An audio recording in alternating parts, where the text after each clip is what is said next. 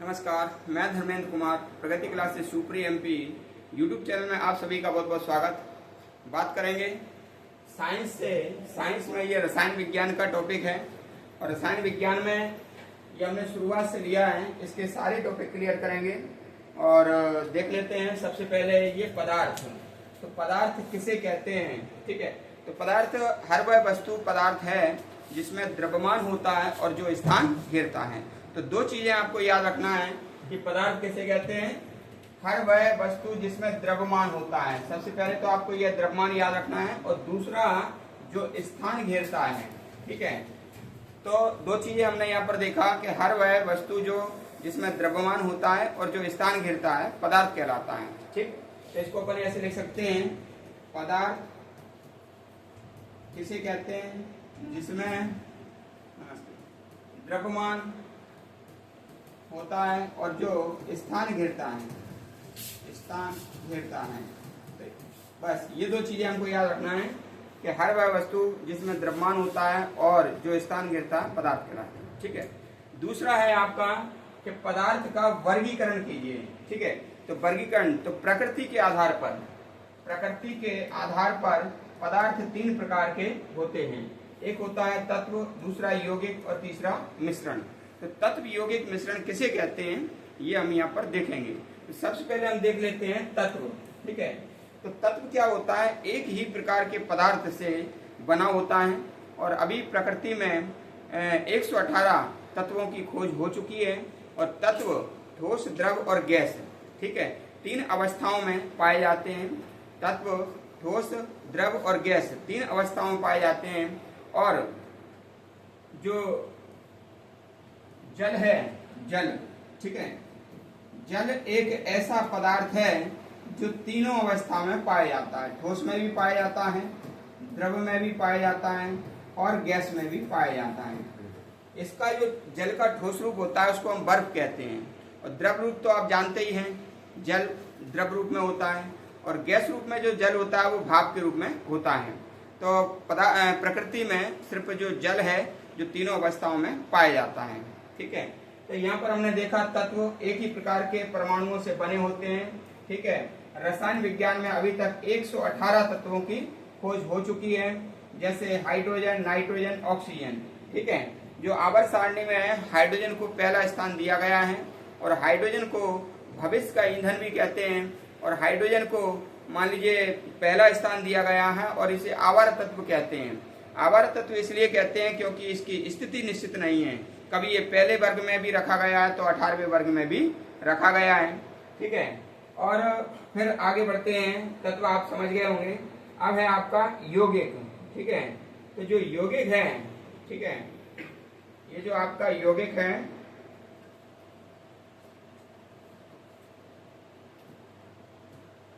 तो यौगिक क्या होता है, दो या दो से अधिक पदार्थों को जब एक निश्चित अनुपात में मिलाते हैं, दो या दो से अधिक पदार्थों को जब एक निश्चित अनुपात में मिलाते हैं तो उसे यौगिक कहते हैं, ठीक है। हमेशा ध्यान रखना, दो या दो से अधिक पदार्थ। देखो मैं यहाँ पर बता देता हूं कि जो यौगिक होता है, यौगिक, और एक होता है मिश्रण, ठीक है, मिश्रण। तो मिश्रण में क्या होता है, अनिश्चित अनुपात होता है, अनिश्चित अनुपात में मिलते हैं। और यौगिक में निश्चित अनुपात में मिलते हैं, निश्चित अनुपात में मिलते हैं, ठीक है। और दोनों में ही दो या दो से अधिक, दो या दो से अधिक पदार्थ, तो दो या दो से अधिक पदार्थ यहां से ले लो। दो या दो से अधिक पदार्थ जब निश्चित अनुपात में मिलेंगे तो उसे हम क्या कहेंगे, उसे कहेंगे यौगिक। और जब दो या दो से अधिक पदार्थ जब अनिश्चित अनुपात में मिलेंगे तो उसे हम कहेंगे मिश्रण, ठीक है। हमेशा ध्यान रखना, निश्चित अनुपात में मिले दो या दो से अधिक पदार्थ तो हम उसको क्या कहते हैं, यौगिक। और जब दो या दो से अधिक पदार्थ जब अनिश्चित अनुपात में मिलेंगे तो हम उसे क्या कहेंगे, उसे हम मिश्रण कहेंगे। और यौगिक का जो उदाहरण है, जैसे आप जल मान लीजिएगा, जल में क्या होता है, जल में H2O होता है, तो इसमें जो हाइड्रोजन 2 अनुपात है और ऑक्सीजन 1 अनुपात है। इसी प्रकार से नमक, तो नमक भी यौगिक है, NaCl कहते हैं इसको। तो ये निश्चित अनुपात में मिले हुए हैं। जैसे फिटकरी है तो ये भी निश्चित अनुपात में मिला है, ठीक है। तो निश्चित अनुपात में जब 2 या 2 से अधिक पदार्थ मिलते हैं तो उसे अपन कहते हैं यौगिक। अब देखो सब में इसमें 2 पदार्थ हैं, हाइड्रोजन है, ऑक्सीजन है, सोडियम है, क्लोरीन है। तो ये निश्चित अनुपात में है तो ये यौगिक कहते हैं। और अनिश्चित अनुपात में जब कोई 2 पदार्थ या 2 से अधिक पदार्थ मिलते हैं तो उसे हम कहते हैं मिश्रण। अब मिश्रण का जैसे उदाहरण है, अपन घर में ही देख लेते हैं, जैसे चाय बनाते हैं, चाय में चाय पत्ती, दूध, ठीक है ना, पानी, अदरक, ये सब मिला देते हैं, ये मिश्रण है। और इसका कोई निश्चित अनुपात नहीं होता है। और जैसे अपन लस्सी भी बनाते हैं तो लस्सी में भी नींबू, शक्कर, पानी ये सब मिलाते हैं, तो ये भी क्या है, मिश्रण है, ठीक है। तो हमेशा ध्यान रखना, मिश्रण में 2 या 2 से अधिक पदार्थ अनिश्चित अनुपात में मिलाते हैं और यौगिक में 2 या 2 से अधिक पदार्थ एक निश्चित अनुपात में मिलाते हैं, ठीक है। तो ये दोनों में अंतर है। अब बात आती है कि जो मिश्रण है वो कितने प्रकार के होते हैं। तो मिश्रण होते हैं 2 प्रकार के, ठीक है। तो एक होता है समांगी मिश्रण और दूसरा होता है विषमांगी मिश्रण, ठीक है। देख लीजिएगा,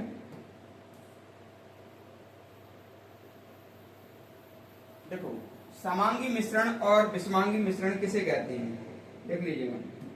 ये है मिश्रण के 2 प्रकार, एक है समांगी मिश्रण और दूसरा है विषमांगी मिश्रण। तो समांगी मिश्रण क्या होता है, जब जो मिश्रण होता है उसमें अवयवी तत्व पूरे में घुल जाते हैं तो उसको कहते हैं समांगी मिश्रण। और जब पूरे में वो नहीं घुलते हैं अवयवी तत्व तो उसको कहते हैं विषमांगी मिश्रण। जैसे कि मान लीजिए 1 बाल्टी दूध में आपने 1 मग पानी मिला दिया, तो वो पानी आप किसी भी स्तर पर देखेंगे सब जगह बराबर मिलेगा।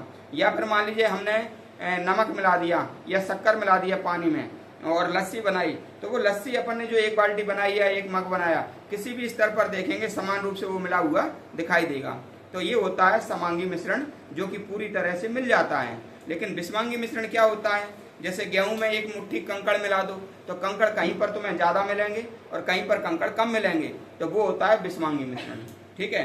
तो जो हवा है, जैसे हवा में अगरबत्ती अपन ने लगा दिया, तो अब अगरबत्ती लगा दिया तो समान रूप से उसमें घुल जाएगी, ठीक है।